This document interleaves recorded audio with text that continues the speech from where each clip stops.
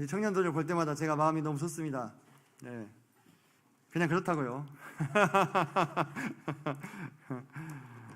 오늘부터 이제 예레미야 들어가게 되는데 저희가 올해 지금 편성되어 있는 제일 중요한 파트가 예레미야랑 에스겔이 되겠습니다. 이제 뭐 유다서도 있고 아가서도 있는데 사실 이제 분량이 이렇게 많지 않다 보니까 예레미야랑 에스겔이 주가 될 텐데 둘 다 대선지서죠. 그리고 우리가 작년에 이사야 하면서 애를 좀 쓰셨죠. 그래서 쉽지 않겠지만 이번에는 그 예레미야서를 공부하는 방식을 뭐 주제 발표를 하는 게 아니니까 좀 부담 덜으시고 접근하셔도 괜찮겠다는 생각이 들고요. 지금 우리 전반기가 계속 운영이 되고 있습니다. 그래서 지난 6주차까지 해서 3말씀 2번을 지금 들은 상태고, 오늘 유다서 가로하고 1은 오늘 한 번 하고 끝난다는 뜻이에요. 가로가 없으면 이어진다는 뜻이고요. 네, 그렇게 구분하시면 돼요. 자, 그래서 예레미야 처음 먼저 하고 그 다음에 유다서는 그룹 교재로 하도록 하겠습니다. 왜냐하면 2시간 다 수업 들으면 좀 힘들잖아요. 좀 이렇게 교제하시면 좀 나으니까. 그래서 혹시 유다서 다 읽어 오셨어요? 네. 왜 형제님들은 대답을 안 하시네요. 형제님도 안 읽으셨나? 한 장이니까 다 읽어 오셨죠? 네. 잘하셨습니다. 이따가 교제하실 때 풍성하게 많이 나눠주시면 좋겠어요. 일단 우리가 예레미야서를 좀 살펴볼 텐데요. 우리 이거 지난 이사야 할 때 배웠던 거 기억나시나요?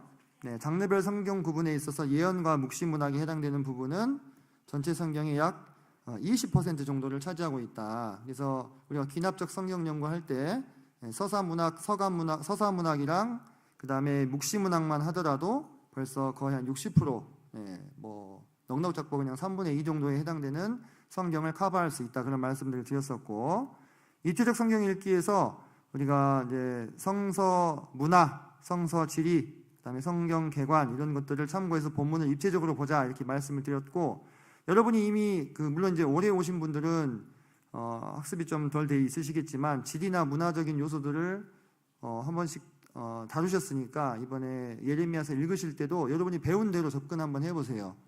배운 대로 접근하실 부분들이 많이 있고, 성서 개관에서 역사가 함께 병행이 되죠. 그거는 처음 시간에 좀 다뤄드리니까 같이 들으시면 되겠고, 한번 복습 한번 합시다. 예언 묵시 문학을 우리가 바라볼 때 각각의 문학 장르별로 바라봐야 되는 관점이 있다. 서사 문학은 그러니까 이야기의 구조를 띠고 있는 역사로 되어 있는 부분은 인물, 사건, 배경, 육하 원칙으로 보면 되지만, 예언 문학은 그렇게 봐서는 잘 안 되는 부분이 있기 때문에 예언서의 기본 구조를 따라가야 된다 했죠. 기본 구조 4개 뭡니까? 네, 그래서 제가 이렇게 준비했습니다. 네, 기본 구조 4개.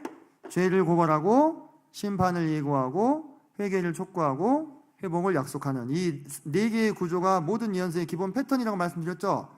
예레미야서도 충실하게 이 패턴이 관찰이 됩니다. 물론 예레미야서는 좀 독특한 게 있어요. 예레미야서는 예언서이면서도 서사적인 내용을 많이 담고 있어요. 그건 이제 뒤에서 이야기할 텐데, 예레미야서 전체가 일종의 예레미야의 자서전 같은 형식을 띠고 있기 때문에 그렇습니다. 자서전 같은 형식이기 때문에 자기 이야기도 많이 나오고 다른 사람들 이야기도 많이 나오는 거예요. 자, 그래서 우리가 그 텍스트를 볼 때 텍스트 안에서 이 기본적인 4개의 패턴에 해당되는 내용들이 어떻게 퍼져 있는가를 먼저 분류를 해야 된다 말씀드렸습니다. 이런 식으로 이걸 그냥 그 텍스트랑 맞는 게 아니라 그냥 이런 식으로 배열되어 있다는 걸 제가 보여드리려고 한 거죠. 이런 식으로 예를 들면 4가지 패턴별로 본문을 나누고 이것들을 다시 정렬을 해서 우리가 예언 문학을 바라볼 때 기본적인 관점, 선포와 예언을 구분하라 했었죠. 선포와 예언을 구분하라. 그러면 이 4가지 요소 중에 어떤 것이 선포냐? 죄를 고발하고 회개를 촉구하는 부분은 선포다, 설교다 이렇게 보시면 되고, 예언은 뭐예요? 심판과 회복을 약속하고 예언하는 부분이 예언에 해당이 된다라고 했죠. 그러면 선포는 그 자리에서 이야기하는 거니까 그렇다 치고, 예언은 어떻게 또 구분해야 됩니까? 어떻게 구분해야 돼요? 그렇지, 누구예요? 이미 이루어진 일과 장차될 일. 네, 예진 어린이 잘했어요. 이렇게 학교에서 한다는 거예요. 알겠죠? 네, 이렇게 학교에서 한다는 겁니다. 이제 정식 선생님이 이제 되실 거니까 제가 신뢰를 보냈네요. 자, 이미 이루어진 일과 장차 될 일을 나눠줘야 된다. 왜냐?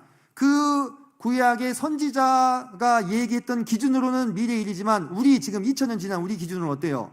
이미 이루어진 일들이 많이 있어요. 2000년이 뭐야? 지금 더 지났죠. 그죠? 그래서 이미 이루어진 일과 장차 될 일을 구분해서 아직 되지 않은 부분도 분명히 있다고 했죠. 그죠? 한 3분의 1 정도가 아직 미래의 일로 남아있고 3분의 2 정도는 성취가 되었다. 이렇게 보라고 했죠. 전체 성경의 3분의 1이 예언이고 직간접적으로는 50%가 예언이고 3분의 1 중에 3분의 2가 성취가 됐고 3분의 1이 아직 남아있다. 뭐 그런 말씀 드렸었는데 그냥 우리가 이해하기 좋게 비율을 따지자면, 그래서 이미 이루어진 일과 장차 될 일을 어떻게 검증할 건가 했을 때, 이미 이루어진 일이라면 역사와 고고학을 통해서 증명이 가능할 것이다 라고 말씀드렸죠. 그죠? 이를 위해서 성서 본문과 역사와 지리와 문화적인 배경에 대한 관찰과 조사의 필요성이 그래서 생기게 된다고 말씀을 드렸고, 예언의 문구들 속에서 문자적으로 보아야 될 부분과 상징과 비유로 보아야 될 부분을 구분하고, 문자적인 부분은 역사와 고고학과 맞추어서, 상징과 비유는 앞서 살핀 지리와 문화적 배경을 최대한 활용해서 어떤 뜻으로 결정할 것인가 해석자가 선택해야 된다는 말씀을 드렸습니다. 복습이기 때문에 깊이 있게는 안 할 건데 여러분들 한번 참고하시고, 예언 문학, 어쨌든 기본적으로 예레미야서는 예언서에 해당이 되니까요. 예언서를 바라봐야 될 관점들을 한번 살펴봤습니다. 자, 예레미야 살펴보기 할 건데요. 자, 자리를 지난번 원대형으로 이렇게 좀 해주시면 감사하겠습니다. 좀 바꿔볼게요.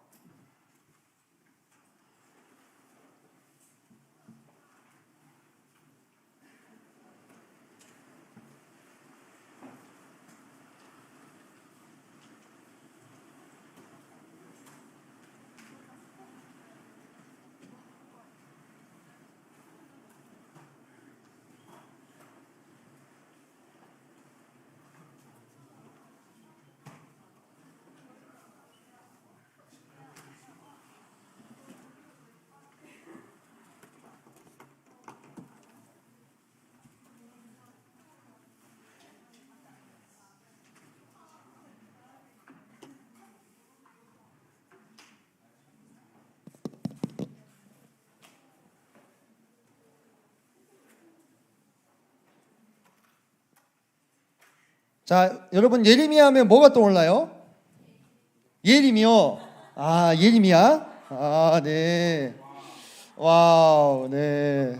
생각도 못했는데. 네, 그럴듯하네요. 근데 그럴듯하네. 네, 그죠? 네. 예레미야 하면 정영재님 뭐가 떠오르세요? 아, 네. 눈물의 선지자. 네, 눈물의 선지자. 와, 네, 좋아요. 예레미야 하면 뭐가 떠오르세요, 한승희님? 선지자라는 단어. 아, 선지자라는 단어가 떠오른다. 네. 네, 예레미야 하면 뭐가 떠오르세요? 장이 겁나 많다. 장이 겁나 많다. 몇 장이에요, 총? 52장. 아, 네, 너무하죠. 우리가 지난번에 이사야서 했지만 몇 장까지만 했어요?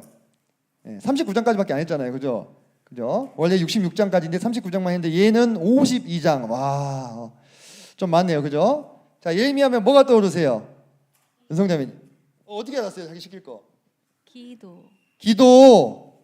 예레미야. 그래요. 기도도 많이 했었고. 예레미야서 하면 지한 형제님 뭐 떠오르세요? 하나님의 말씀. 역시 코딩을 하는 사람들은 네, 이렇게 네, 머리가 좋네요. 말씀이죠. 그죠? 네. 좋아요. 자, 우리 예레미야서는 보면 눈물의 선지자라는 이야기를 하셨는데, 네, BC 627년 요시야 왕 때부터 남유다가 망할 때까지 약 한 45년 엄청나게 긴 시간 동안 사역하셨죠. 지금 아직 45년 다들 못 사셨죠. 저도 못 살았어요 아직. 네, 우리가 지금까지 사는 것보다도 더 많은 시간을 선지자로 활동하신 분이에요. 네. 그리고 선지자의 도시인 아나도 출신의 제사장의 후손입니다. 아주 어때요? 네, 혈통이 우수하신 분이죠, 그죠? 네, 제사장의 후손은 진짜 드물어요. 자, 사역으로 인해서 결혼을 못 하셨네. 네. 아, 안타깝네요. 하나님이 결혼하지 말라고 예레미야한테 그랬어요. 결혼하지 말라고. 너는 아내와 자식들을 두지 말라. 이렇게. 아, 네. 저때 당시에 지금은 좀 분위기가 달라졌지만 저때 당시에 남자가 결혼을 못 한다는 건 뭘 의미하는 걸까요? 예? 하자가 있다. 하자가 많이 있지. 하자를 넘어서 거의 이거는 그 저주를 받은 사람 취급을 당하는 거예요. 저주를 받은 사람. 그 야곱이 그러잖아요. 야, 나는 언제 내 집을 세우겠습니까? 그때 당시 남자들의 이 바람이 있다면 자기 집을 세우는 거. 어떻게 세워? 결혼해서 결혼해가지고 아이를 많이 낳는 거. 많이 낳는 게 그때는 축복이었어요. 그랬는데 예레미야는 그 축복을 하나도 누리지 못했죠. 고생하다가 갔어요. 진짜. 자, 그리고 계속 평생 뭐 받으며 살았어요? 미움 받으며 살았어요. 미움 받으며. 오늘날로 치면은 왕따 당하고 따돌림 당하고 핍박 당하며 살았어요. 여러분 여기까지 들으니까 예레미야에게 좀 동정심이 생기세요? 동정심이 생기시죠? 그죠? 네, 그 4대 대선지자가 되는 게 쉬운 길이 아닌 것 같아요. 그죠? 이사야는 어떻게 죽었다고요? 네, 톱으로 썰려서 죽었다고요. 절반으로. 통나무에 들어가가지고 전승에 따르면. 여러분들 하나님의 종이 된다는 게 어때요? 사모가 돼요? 사모가 안 돼요? 너무 기가 죽어버려. 결혼도 안 해야 되고 막 톱으로 이렇게 썰려야 되고. 아, 근데요 우리가 예레미야서 지금부터 앞으로 읽으면서 배우시겠지만은요 예레미야도요 자기가 부르심을 받은 것에 대해서 어떻게 해요? 힘들어해요. 네, 힘들어해. 내가 왜 이 세상에 태어나가지고 내가 왜 빛을 봐가지고 이 모든 괴로움을 당하는가 이렇게 한탄할 정도로. 네, 하나님을 알지 못하는 그 멸망에 가는 남유다에서 깨어있는 하나님의 사람으로 산다는 것에 중압감, 힘듦이 어떠한가라는 걸 알려주는 거예요. 여러분들 그리스도인으로서 세상 사는 거 힘들죠? 솔직히 안 힘들다고 하면 그건 좀 이상한 거예요. 좀 힘들어야 돼요. 힘듭니다. 네, 힘들어요. 정상이에요. 물론 누구든지 경건하게 살고자 하는 자는 핍박을 당한다고 성경이 이미 말씀하고 있습니다. 그런 삶을 우리 예레미야 선지자도 그때 당시에 사셨어요. 몇 년 전에? 한 지금으로부터 2600년 전에 그 삶을 사신 거예요. 2600년 전이나 예수님 오실 당시나 지금이나 달라진 게 있어요? 없어요? 없어요. 달라진 거 없습니다. 피해갈 생각하지 마세요. 그때나 지금이나 달라진 거 없습니다. 예수님의 사람으로 내가 살기로 한 이상 정도의 차이는 있겠지만 여러분의 삶이 평탄하고 꽃길만 걷는 삶이다. 글쎄요. 잘 모르겠어요. 그렇지 않을 가능성이 높다는 거죠. 그래서 여러분이 하나님을 섬기고 또 주님을 섬기고 또 교회를 섬기고 성도들을 섬기면서 겪는 어려움들에 대해서 여러분이 위로를 받으시기 바라요. 저 위대한 예레미야 선지자도요 힘들었어요. 힘들었어. 이 예레미야 선지자는 맨날 하나님이랑 교제했던 사람이잖아요. 하나님 음성 듣고 환상도 보고. 그래도 힘들었다 이거예요. 우리는 얼마나 더 힘들겠어요. 그죠? 우리 얼마나 더 힘들겠어. 내가 너무 연약해서나 내가 너무 은사가 없어서나 내가 모자라서 힘든 게 아니에요. 그냥 힘든 거예요. 우리 믿는 그리스도인의 삶을 산다고 하는 것이요. 뒤에서 더 자세히 알아봅시다. 자, 예루살렘 함락 후에는 애굽으로 도피하는 자들에게 끌려가 가지고 거기서 생을 마감했습니다. 나중에 에피소드를 여러분이 보게 될 텐데 예레미야가 바벨론에게 항복하라고 했는데 안 하다가 다 망했죠. 그 사실을 바벨론의 장군들은 알고 있었어요. 그래서 예레미야를 어떻게 해줍니까? 풀어줘. 그래서 예레미야가 이렇게 또박또박 가가지고 그 이제 남아있는 자들이 모여있는 곳에 왔어. 근데 그들을 이끌고 있는 지도자가 암살을 당합니다. 그러면서 이들이 우리가 어떻게 해야 되겠느냐를 예레미야에게 물어보죠. 혹시 기억나시는 분들 있나요?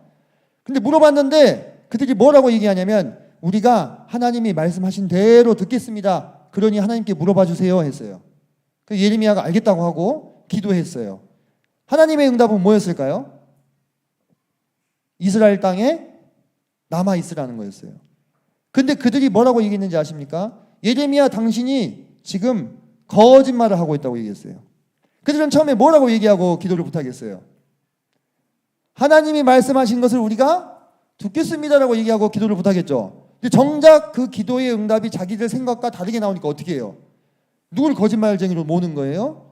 예레미야를. 그러면서 너가 우리를 갈대아 사람들한테 넘기려고 지금 그러는 거지? 가지고 예레미야까지 다 잡아가지고 애굽으로 도망갑니다. 그 사람들 살았을까요?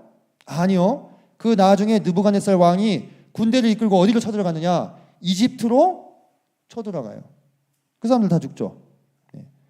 예레미야는 마지막까지 그들과 함께 가서 그들을 돌이키기 위해서 애쓰다가 거기서 생을 마감한, 어떻게 보면 평생 좋은 날 하루를 못 보고 돌아가신 거예요. 그죠? 눈물의 선지자, 오죽하면. 그분 에레미야 애가 써놓은 거 보세요. 얼마나 슬퍼하는지. 하지만 하나님의 나라에 가서는 위대한 믿음의 선진으로 하나님께 큰 칭찬을 받았을 거라고 믿어 의심치 않습니다. 예레미야에서의 주제는 하나님의 백성의 언약 파기로 인한 하나님의 심판으로 먼저 일단 잡았는데요. 우리가 예언서의 기본 구조를 배울 때 네 가지 중에서 지금 죄의 고발과 심판의 예고는 나와 있지만 나머지 두 개가 빠졌죠. 그죠? 회개를 촉구하고 회복을 약속하는 거. 예레미야서에 있을까요, 없을까요? 있지요. 있습니다. 큰 꼭지에서 저렇게 잡은 거예요. 자, 예레미야가 살아간 시기는 시대적인 억압과 격변의 시기를 살았습니다. 우리로 치면 어느 시대에 비유할 수 있을까요? 그래. 정영재님 좋아요. 일제가 우리나라를 수탈하기 위해서 막 이게 야금야금 쳐들어오고 있던 바로 그 시기, 그죠? 우리나라가 넘어가냐 마냐 하는 그 시기, 결국 넘어가 버린 그 시기, 일제 강점기, 그때랑 아주 많이 닮아 있어요. 아주 많이 닮아 있습니다. 사실요, 그런 위기가요, 그때뿐인가요? 지금도 어때요? 얼마든지 그런 위기가 다시 발생할 수 있잖아요. 그죠? 그래서 저는 개인적으로 이 예레미야서는 어떤 그 망국의 위기, 나라가 망하거나 나라가 없어질 위기에 처한 모든 사람들이 읽어봄직한 책이 아닌가. 단순히 망국, 이 사이즈가 꼭 나라가 아니어도 돼. 어떤 공동체라든지 또는 어떤 기업체나 조직이라든지 또는 아주 작게는 심지어는 가정도 무너질 위기에 처해 있는 그러한 공동체나 가정의 책임자들이 반드시 읽고 깊이 있게 묵상해야 되는 책이 바로 예레미야다. 저는 이렇게 개인적으로 생각을 합니다. 연대기 순서대로 기록이 되어 있지 않고 자서전적인 성격을 가지고 있고 논리적 배열을 따르고 있다. 이런 것은 그냥 참고하시면 되겠고, 자, 예레미야도 크게 네 개로 꼭지를 한번 잡아서 생각을 해보겠습니다. 자, 시대적 인물적 배경. 인물적인 배경은 제가 잠깐 좀 풀었고요. 시대적인 배경은 역사적 배경과 결부시켜서 조금 뒤에 살펴보겠습니다. 세상 백성과 하나님 백성, 그리고 하나님을 괴롭게 한 자들, 그리고 예루살렘의 멸망의 날, 이렇게 크게 네 가지로 꼭지를 한번 잡아봤는데요. 자, 전체 개요 부분에서 하나씩 살펴볼게요.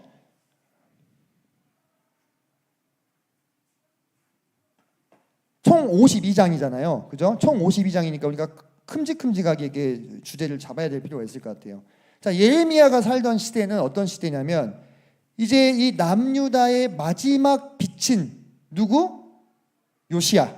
그죠? 요시야 왕. 마지막으로 개혁을 단행했던 이 요시야 왕이 무기또에서 너무나 애석하게 누구에게 죽습니까? 이집트의 바로 느고에게 화살을 맞아서 죽는 이 아주 안타까운 사건이 발생합니다. 이것에 대해서 역대하에서는 예레미야가 요시야를 기리는 애가를 지었다 이렇게 나와요. 그러니까 요시야 시대부터 예레미야가 활동한 것이 맞죠. 자, 그 요시야가 죽고 나서부터 우리가 성서 개관 때 배웠던 소위 말하는 삼려시의 시대가 이제 시작이 되죠. 요아스, 요야김, 요야긴, 시드기야. 하나같이 제대로 된 왕이 없는, 이들의 아주 통탄할 만한 영적인 암흑기로 점점 남유다가 멸망해가는 시기로 뚜벅뚜벅 걸어가는 한복판을 이 예레미야가 온몸으로 살아낸 건데, 어떤 예언을 했느냐. 자, 유다에 관한 심판의 예언을 했다고 하는 거예요. 왜 유다에게 심판을 하나님이 예언하라고 했을까요? 왜? 유다가 무엇을 어겼어요? 언약을 어겼어요. 언약을. 이스라엘 백성이 이집트에서 탈출해가지고 하나님과 어디서 언약을 맺습니까? 시내산에서 언약을 맺죠. 그죠? 시내산에서 언약을 맺을 때 우리가 언약은 다른 말로 하면 계약이에요. 우리 계약서 보면 뭐가 있습니까? 갑과 을이 있습니다. 갑과 을이 각각 지켜야 되는 의무와 권리가 있어요. 그죠? 갑은 누구예요? 하나님. 을은 이스라엘 백성. 계약서의 내용은 뭐였습니까? 을인 이스라엘이 갑인 하나님을 섬기고 사랑하고 우리가 쉐마 이스라엘로 대표되는 온 마음과 힘과 정성을 다해서 하나님을 사랑하면 하나님이 너에게 복을 베풀어 주시겠다 이거예요. 너희를 지켜주시겠다 이거예요. 너희를 온 세상에 제사장 나라로 삼아서 온 세상을 다스리는 나라가 되게 해주겠다고 했어요. 근데 그 약속을 이스라엘이 지킵니까? 못 지킵니까? 못 지켜요. 이스라엘이 그 을의 의무를 다하지 못했을 때 계약은 어떻게 되는 거예요? 계약서 써봤죠? 아직 못 써본 분들이 많겠구나. 을의 의무를 지키지 못하면 계약서는 파기가 되는 거예요. 갑도 을을 보호해야 될 이유가 없어지는 거예요.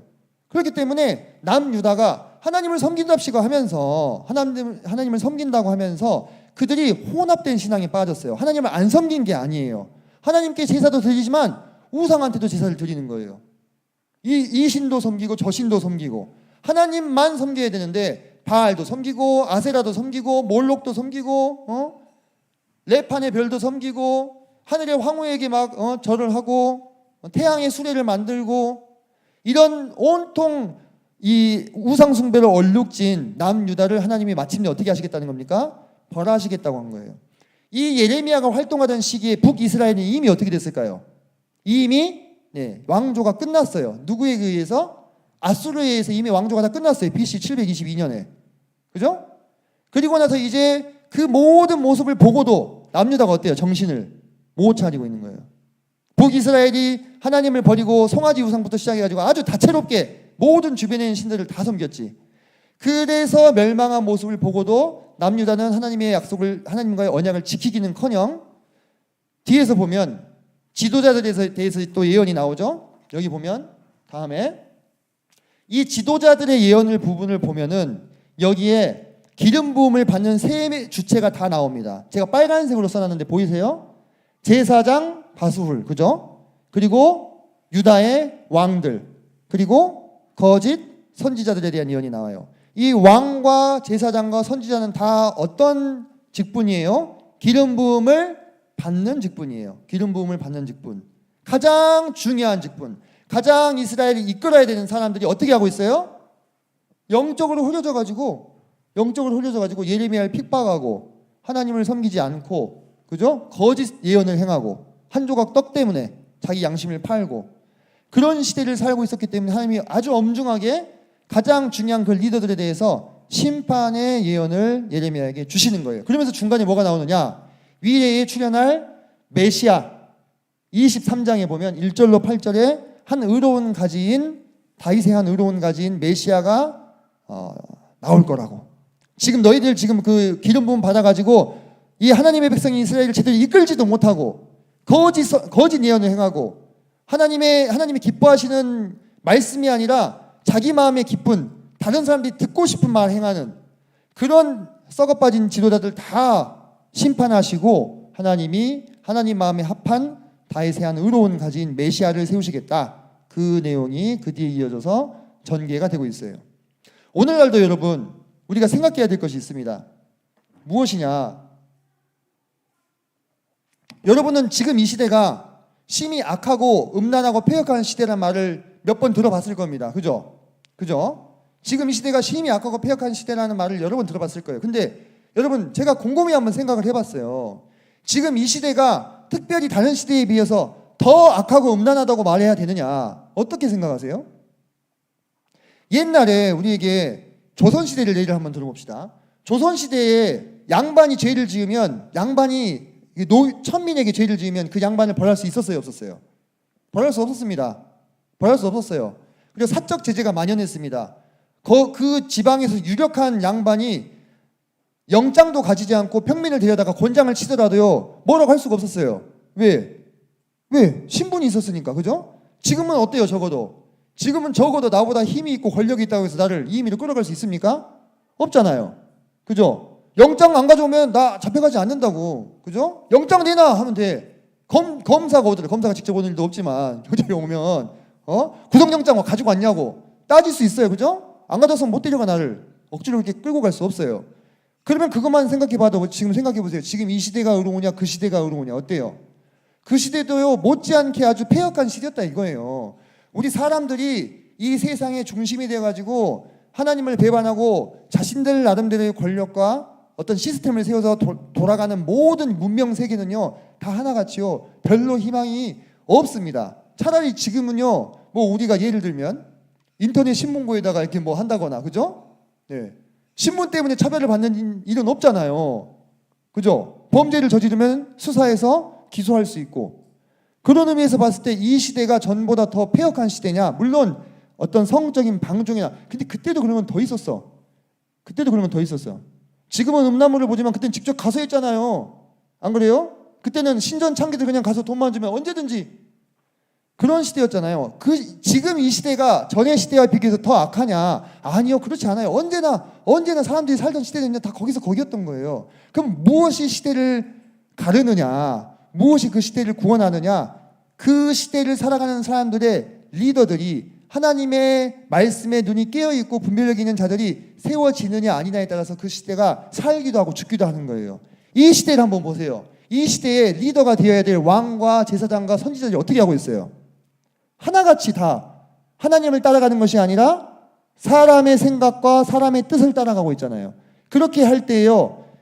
그렇게 할 때 이 남유다가 어떻게 됐습니까? 멸망했잖아요. 그죠? 멸망했잖아요. 여러분 이거요. 우리한테 그대로 적용할 수 있습니다. 우리 나라, 우리 교회, 우리 공동체, 아주 작게는 우리 가정, 거기서 하나님이 이끌라고 세워두신 자들이 제대로 그 역할을 하지 못하고 하나님의 관점이 아니라 사람의 관점으로 계속 바라보고 그렇게 행동하면요 그 공동체는 어떻게 된다고요? 멸망한다고요. 그게 예레미야의 교훈이잖아요. 그죠? 그게 예레미야서의 그 교훈이에요. 그러면 어떻게 하나님의 그 관점을 우리가 탑재할 수 있느냐 그걸 우리가 고민해야 되는 거죠. 근데요 여러분들 한번 생각해 보세요. 이제 그 뒤에 나오는데 자 예루살렘 멸망과 바벨론 포로에 대한 예언을 하는데 예레미야가 뭐라고 하냐면 니네가 70년 동안 바벨론 왕을 섬길 거다라고 25장에서 이야기를 합니다. 자, 이 얘기를요 우리가 일제강점기로 돌려서 한번 바꿔서 한번 이야기해 볼게요. 무슨 얘기랑 똑같은 거예요? 일본한테 항복하라는 얘기랑 똑같은 거예요. 그죠? 일본한테 항복하라는 얘기랑 똑같은 거예요. 지금 바벨론한테 항복하라고 그러잖아요. 지금 예레미야가. 그죠? 바벨론한테 항복하라고 하는 얘기는 그때 당시에 일본한테 항복하라는 얘기랑 똑같은 거예요. 일본 할 수 있어요? 없어요? 받아들이기가 힘이 어렵지. 어렵죠. 나라도 안 될 거야. 저런 매국노, 저런 오정보 하면서 저런 쓰레기 하면서 막 죽여! 하면서 막 그래야지. 죽창을 들자 이러면서. 그러지 않았을까요? 여러분 이때 당시에 예레미야가 지금 우리가 예레미야를 생각하는 그 위상이 아니었다니까요. 얘는 완전히 매국노 쓰레기인 거예요. 죽여야 돼 당장이라도. 그래서 이때 당시에 성 안에 있는 모든 방백들과 모든 장군들이 뭐라겠어요? 아니 지금 힘을 합쳐서 지금 바벨론을 대적해도 모자랄 판인데 저렇게 바벨론한테 항복하라고 힘 빼고 있는 저 사람 어떻게 해야 된다는 거예요? 죽여야 된다는 거예요. 근데 하나님이 봤을 땐 누가 옳은 소리 하고 있는 거예요? 하나님이 봤을 때 누가 옳은 소리 하고 있었어요? 예레미야가 옳은 소리 하고 있었잖아요. 그죠? 이게 어려운 거예요. 이게 여러분들 이게 어려운 거예요. 누구나 다 예스라고 할 때 노라고 하는 게 쉬워요? 어려워요? 어렵잖아요. 누구나 다 이거다라고 얘기하고 있을 때 노라고 할 수 있는 그 안목, 그 분별력 그걸 가지고 있는 지도자가 있다면 그 공동체는 살아남을 수 있어요. 다른 사람이 귀에 듣기 좋은 말 해주는 거 말고 하나님이 뭐라고 생각하시느냐, 하나님이 우리 공동체에 뭘 원하시느냐, 하나님이 우리 가정에 뭘 원하시느냐, 하나님이 우리나라에 뭘 원하시느냐 그거를 보고 그거를 말할 수 있는 사람이 있으면요 그 사람이 하나님의 심판과 진노를 막을 수 있는 사람이 된다니까요. 그 숫자가 늘어나면 늘어날수록 그 공동체는 살아남을 수 있어. 근데 이 시대에는요 예레미야밖에 없었어. 그 예레미야 살리려고 옆에서 동역했던 서기관 벼룩이 아니고 바룩 죄송합니다. 네. 아까 예레미야부터 약간 꼬인 것 같아 이 생각이. 갑자기 그게 스치고 지나갔어. 하지 말았어야 되는데 내가 했네. 서기관 바룩 그리고 예레미야가 그 구덩이에 떨어졌을 때 구덩이에 있으면 죽으니까 그 헌 옷들 가지고 와가지고 구해준 사람이 있어요. 구스 사람, 구스 출신 넷이 에벤멜렉이라는 사람이 있는데 그런 사람들만 간신히 예레미야랑 동역했다 이거예요. 그 외에는요 아무도 없었어요. 심지어는 시드기야 왕도 자기가 어떻게 될 거 예레미야한테 다 듣고도 순종해요, 안 해요? 안 해요. 아주 우유부단해요. 왕이 항복하면 사시고 항복 안 하시면 죽습니다 하고 예레미야 직접 찾아와서 얘기 들었잖아요. 근데 해요, 안 해요? 안 하잖아요. 그냥 어떻게 되겠지 하고 질질질 끌다가 두 눈 뽑히기 전에 자기 자식들 눈앞에서 죽는 거 다 보고 얼마나 그냥 망해버렸잖아요. 진짜 피눈물이 날 일이지. 피눈물 날 눈도 없어졌어. 바벨론 끌려가지고 죽잖아요. 그죠? 그런 어떤 불행이 한 국가의 차원에서 한 교회나 공동체의 차원에서 한 가정의 차원에서 일어나지 않은 일이라고 생각하세요? 그렇지 않다는 거예요. 그래서 우리가 예레미야서를 읽을 때 이거는 그럴듯한 보기 좋은 예언서야. 대선지서. 내가 그냥 이렇게 지적으로 학습해야 되는 그런 게 아니라요. 여러분들의 삶과 결부시키라 이거예요. 여러분들 이제 갓 20살 된 친구들은 사실 그렇게 인생의 무게를 많이 짊어질 일들이 없겠지만 지금 20살 경험하고 20대 중반 후반 돼가지고 직장 생활만 해도요 딱 감이 와. 내 앞으로 펼쳐진 삶이 어떨지 딱 감이 온다니까. 피할 수 없어요. 언젠가는 내가 여러 가지 인생의 삶의 무게를 짊어지고 힘들게 이 길을 걸어갈 때가 찾아오는데 그때에 여러분이 하나님의 사람이 탑재한 이 관점을 함께 탑재하지 아니하면 그냥 두루두루두루 이렇게 밀려가지고 사람들이 말하는 대로 듣기 좋은 대로 내 귀에 좋은 스승들을 많이 두고 그 스승들이 말하는 대로 따라가다가 멸망한다 이거예요. 자, 남유다는 결국 어떻게 됐습니까? 결국 어떻게 됐어요? 망했어요. 누구의 예언대로? 예레미야의 예언대로. 예레미야가 이때 이거 예언할 때요 예레미야만 선지자가 있었던 게 아니에요. 선지자가 많이 있었어요. 근데 그 선지자는 뭐라고 예언했어요? 하나님께서 이 예루살렘 성을 지켜주시겠다. 바벨론 군대가 바벨론 군대를 몰아내 주시겠다. 이렇게 예언했단 말이에요. 누가 듣고 싶은 이야기? 사람들이 듣고 싶은 이야기. 그걸 말하는 사람은요 하나님의 종이 아니야. 사람들이 듣기 싫더라도 하나님이 바라신 것을 바라보고 이야기할 수 있어야 되는데 그러지 않았다 이거예요. 그들은 다 잡혀서 죽거나 포로로 끌려갔어요. 누구만 살았습니까? 예레미야만 살았어요.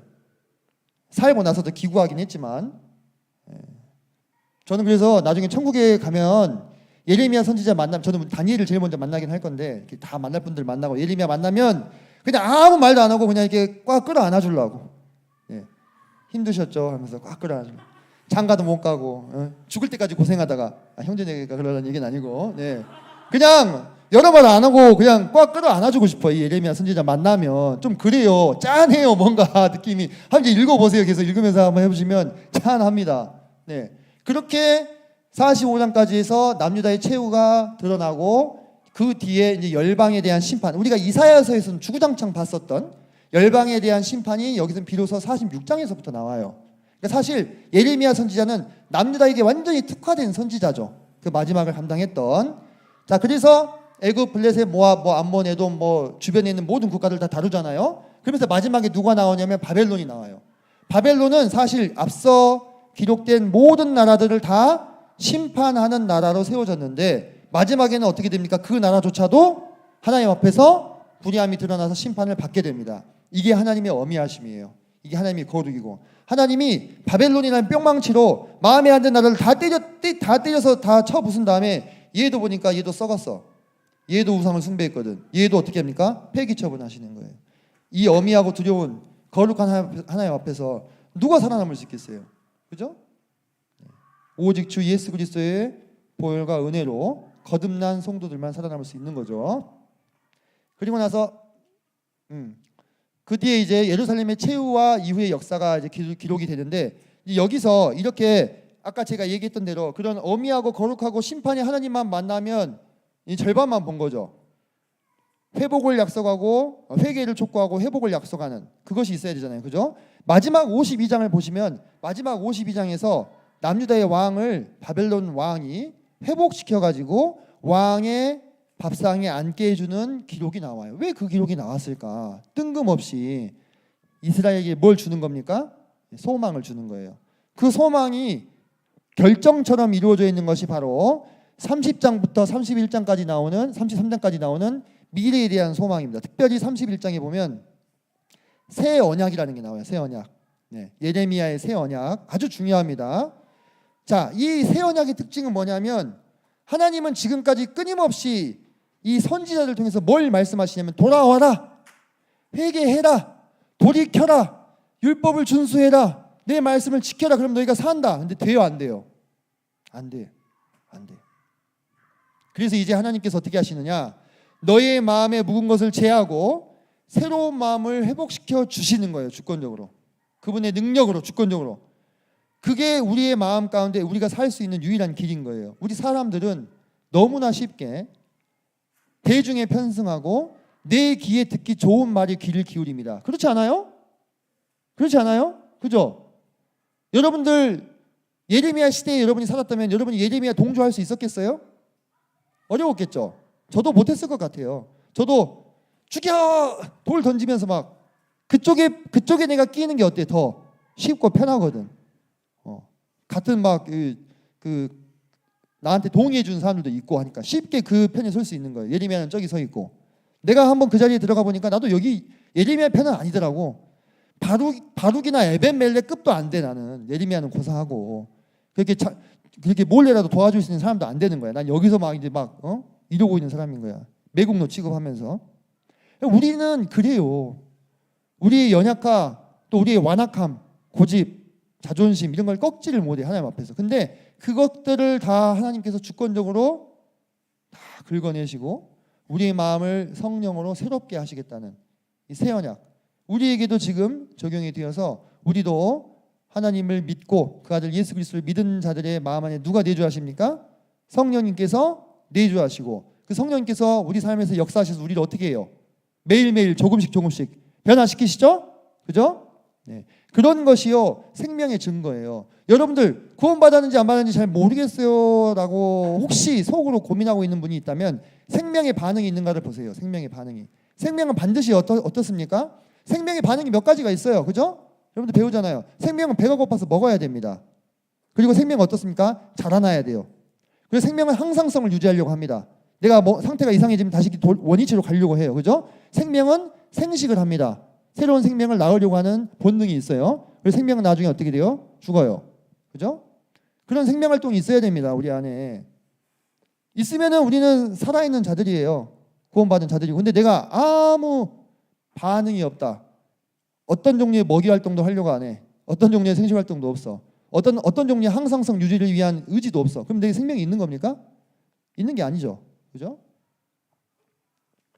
자, 그렇게 해서 지금 옆에 보시면 차시가 구분이 되어 있는데, 자, 예를 들면 15차시다 하면 15차시는 46부터 49장까지잖아요.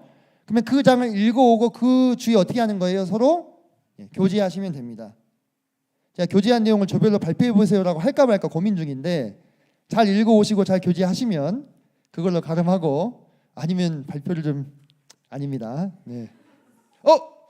듣기 좋은 말 하면 안 돼. 정신 차려야 돼요. 네. 듣기 좋은 말 하면 돼. 정신 차려야 돼. 자, 보면 그때 당시 역사 지리적 배경이에요. 우리가 성서 지리할 때 배웠죠.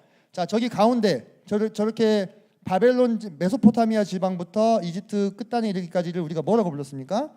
비옥한 초승달지대라고 불렀죠. 비옥한 초승달지대. 그리고 그 중에서도 특별히 예루살렘이 있는, 이스라엘이 있는, 그리고 그 위에 있는 레바논이나 주변의 시리아, 거기까지를 우리가 뭐라고 불렀어요? 요르단 그 지역을 레반트 지역이라고 불렀습니다. 레반트 지역 한번 복습해 보세요. 자, 정확하게 우리 이스라엘은 레반트 지역에 속해 있고 비옥한 초승달지대. 자, 고대 근동의 우측에 지금 자리 잡고 있는 저 바벨론이 원래는 아수르의 속국이었어요. 그죠? 아수르가 진짜 제국이었습니다. 아수르가. 근데 아수르가 어떻게 됩니까? 저때 당시에 정세가 밀려나면서, 자, 서쪽으로 밀려나면서 동쪽의 바벨론이 어마어마하게 거대해지고 있는 상황이었어요. 그러자 남쪽에는 이집트가 낄 자리 안 낄 자리 못 보고 올라가서 누굴 도와요? 아수르를 돕고 있는 상황인 거예요. 그래서 저기 위에 보면은 빨간색으로 칠해져 있는 갈그미스라고 하는 곳에서 두 번을 붙습니다. 바벨론과 결국 누가 이깁니까? 바벨론의 느부갓네살이 승리합니다. 그래서 동방의 패권을 차지하고 그 상태에서 쭉 밀고 어디로 내려와요? 이집트로 내려와요. 레반트 지역은 그 사이에 통과하는 지점이에요. 그러니까 유다의 운명은 지금 어때요? 바람 앞에 등불 같은 거예요. 바람 앞에 등불. 근데 여기서 남유다의 왕들이 얼마나 분별력이 없냐면 어디로 붙어요? 애굽으로 붙어요. 애굽으로 계속 그 상한 갈대 지팡이 같은 애굽을 붙잡고 늘어져요. 옛날에 애굽에서 나와서 그런가 자꾸 심정적으로 그렇게 되는지 모르겠는데 애굽에 자꾸 붙습니다. 근데 그때마다 애굽에서 어떻게 돼요? 애굽 왕이 남유다를 구해주지를 못하고 함께 멸망하는 그러한 아주 격변하는 세계 속에서 예레미야가 살았다는 거예요. 저는 지금도 그냥 개인적으로 생각한데 지금 우리 대한민국도요. 까딱 잘못하면요. 여러분들 살아생전에 이런 상황이 될 수 있습니다. 여러분들 대한민국이요. 자, 레반트 지역에다가 우리나라 한반도를 한번 넣어보세요. 위에 누가 있어요? 중국과 러시아가 있습니다. 밑에 누가 있어요? 일본과 미국이 있어요. 예. 우리나라는요. 어쩔 수 없이 지정학적으로 강대국들의 중간에 낀 신세예요. 그래서 어떤 분이요. 대한민국과 이스라엘의 공통점을 분석하신 분도 있어요. 되게 많은 부분이 닮았어요. 예. 정말로. 우리나라가 이미 강대국들 대리전을 치른 경험이 있어요, 없어요? 있잖아요. 여러분들 향후에 뭐 이런 얘기 오래 할 것은 아니지만 미국이 중국을 가만둘 거라고 생각하십니까? 과연? 최근에도 중국이 정찰 풍선, 예? 관측용 풍선이라 얘기하고 띄었다가 어떻게 됐습니까? 미국이 격추시키는 사건이 있었죠. 남중국해 위에서 자꾸 대만이랑 싸우고 있고요. 대만이랑 중국이랑 전쟁 나면요. 우리나라는 절대로 중립을 유지할 수 없습니다. 절대로. 여러분들 앞으로 50년 이상 살 거 아니에요. 난 50년 안에 진짜 한 큰 건이 하나 터질 것 같은 생각이 많이 들어요. 네, 정말로. 그동안 한 70년 우리가 평화롭게 살았잖아요. 한반도가 이렇게 조용한 적이 없었거든요. 역사상. 반만년 한반도 역사 중에 이렇게 조용한 적이 없었다고요. 우린 진짜 럭키 제네레이션이야. 어떻게 보면. 그 아주 평안한 시대에 태어나가지고 지금까지 나름 잘 살았는데 앞으로는 어떻게 될지 모르겠다 이 말이에요. 여러분들 그런 바람 앞에 등불 같은 운명에 우리나라가 처해졌을 때 여러분들 어떻게 처신하실 거예요? 각자? 그거에 대한 시대를 관통하는 이 분별력이 필요한 시대 아닌가요? 향후에 우리가 예레미야서를 통해서요. 우리 현실에 이거는 몇천 년 전의 이야기다가 아니라 우리 현실에 내가 살고 있는 나의 삶의 현장 속에서 나의 공동체 안에서 나의 가정 안에서 내가 받아야 되는 메시지가 무엇인가, 교훈이 무엇인가 그런 것들을 곱씹으면서 이 성경을 읽으셨으면 좋겠어요. 그 격변의 시대의 한복판을 고스란히 살아낸 이 예레미야가 어떤 부분을 고민하고 있는지 여러분이 예레미야가 되어보시라 이거예요. 그걸 읽으면서. 그리고 아무도 알아주지 않는 외로운 그 길을 걸어가는 예레미야의 고독과 슬픔이 어떠했는지를 한번 함께 공감해 보시라 이거예요. 여러분은요 다수보다는 소수가 될 가능성이 높아요. 주님이 원하시는 길을 걷는다고 할 때, 가정할 때 그 소수의 길이 얼마나 외롭고 힘든 길인지도 한번 간접적으로 예레미야서를 통해서 경험해 보셨으면 좋겠다 하는 거예요. 그래서 여러분 결코 예레미야서가요 여러분들께 사변적으로, 현학적으로, 관념적으로 접근하지 않았으면 좋겠어요. 여러분 안에서 실존적으로, 실체적으로 여러분들에게 삶에 교훈을 주는 예언서가 되기를 바라요. 제가 앞에서 이야기를 많이 했으니까 한 부분들은 생략을 하고요. 거의 다 이야기했네요. 앞에서 이미. 네. 자, 이런 것들은 참고하시고 PPT는 공유해 드릴 거니까. 자, 유다서가 지금 우리가 뒤이어서 지금 개관은 다 마무리됐습니다. 다음번부터는 예레미야 차시에 맞춰가지고 읽어오시고 그때 그룹 맞춰서 교제하시면 됩니다. 유다서 잠깐 훑고 갈 텐데요. 유다서도요 사실 예레미야서랑 맥이 좀 닿는 부분이 있는 게 유다서는 여러분들 다 읽어오셨으니까 지금 눈에 들어오실 텐데요. 유다가 예수님의 친동생이잖아요. 그죠? 여기서 나온 유다는 예수님의 친동생으로 보고 있습니다. 그 사도 12사도에 속한 유다 말고요. 자, 이 유다가 지금 이 유다서를 쓴 집필의 목적을 명확하게 3절이 밝히고 있죠. 단번에 주신 믿음의 도를 위해서 힘써 싸울 것을 권하기 위해서 유다서를 썼는데요. 잘 보시면 유다서에 등장하는 세력들이 극명하게 좌우로 나뉘는 것을 볼 수가 있습니다. 한 편은 어떤 편이에요? 세상의 사리사욕과 사탄 마귀를 추종하는 세력이고, 다른 한편은 의와 빛의 길을 가는 구별되는 두 세력이에요. 자기 처소를 지키지 않은 천사나 소돔과 고모라, 꿈꾸는 사람들, 가만히 들어온 옛사람이나 가인과 발람과 고라, 우리가 불신의 전당이라고 부르는 그 뒤에 써져 있는 모든 세력들은 다 결론적으로 마지막에 뭐라고 나와 있습니까? 성령이 없는 자, 멸망으로 들어갈 세력입니다. 이 땅에서는 자신의 어떤 정욕을 쫓아서, 만족을 쫓아서 살지 모르겠지만 이후에 영원한 세계에 들어가서는 영원한 불의 심판을 받을 자들에 대해서 말씀하고 있고, 그 반대편에서 의의 길을 위해서 걸어가야 될 성도들에게 권하는 권면이 쭉 나오는 것을 보게 돼요. 나는 어느 편에 설 건가? 결국 아까 예레미야와 일맥상통하는 부분이 있는 거예요. 나는 어느 편에 설 건가? 비록 소수이지만, 비록 좁은 길이지만, 비록 힘든 길이지만 빛과 의의 길을 설 것인지, 이 시대에 힘들지만 어렵지만 살아있는 불빛으로 삶을 살 건지, 아니면 시대의 편승에서, 시대의 조류에 편승해서, 다수의 편승해서 넓고 편한 길을 갈 것인지, 그거 누가 선택하는 거예요? 누가 선택하는 거예요? 내가 선택하는 거잖아요. 아니에요? 내 인생 누가 따로 살아줄 수 있습니까? 내가 선택하는 거예요. 제가 어느 정도 마음에 결론이 내린 게 뭔지 아십니까? 이 얘기만 하고 마칠게요. 사실요, 사람이요, 몰라서 못하는 거 아니더라고. 이게요, 지식의 문제가 아니에요. 몰라서 못하는 게 아닙니다. 의지의 문제예요. 의지.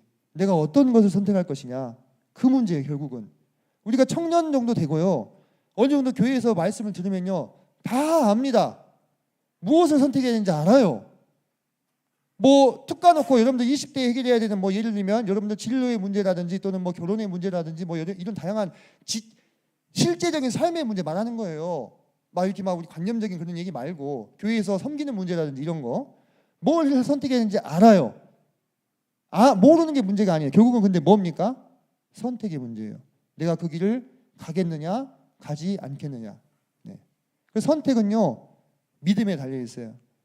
내가 나를 더 믿어볼 것이냐, 하나님의 말씀을 더 믿어볼 것이냐, 그거예요. 그래서요, 저는요, 결론을 좀 심플하게 내린 게, 결국은 해내느냐 못 해내느냐의 문제구나, 몰라서 하는 것은 아니다, 그런 생각이 들더라고. 저는요, 바람이 여기 모여있는 모든 청년들이요, 좋은 편을 택하시기를 원해요. 좋은 편을 택하기를 바란다고요. 그래서 좋은 것이 무엇인지 끊임없이 반복해서 알려드려요. 근데요, 알려드리면서도요, 이거 다 아는 내용이다 라고 생각해요. 근데도 계속해서 알려드려요. 왜? 알려드리는 것이 교사의 책임이잖아요. 하지만 그것을 선택하는 건 누구의 책임이에요? 내 책임이에요. 내 책임.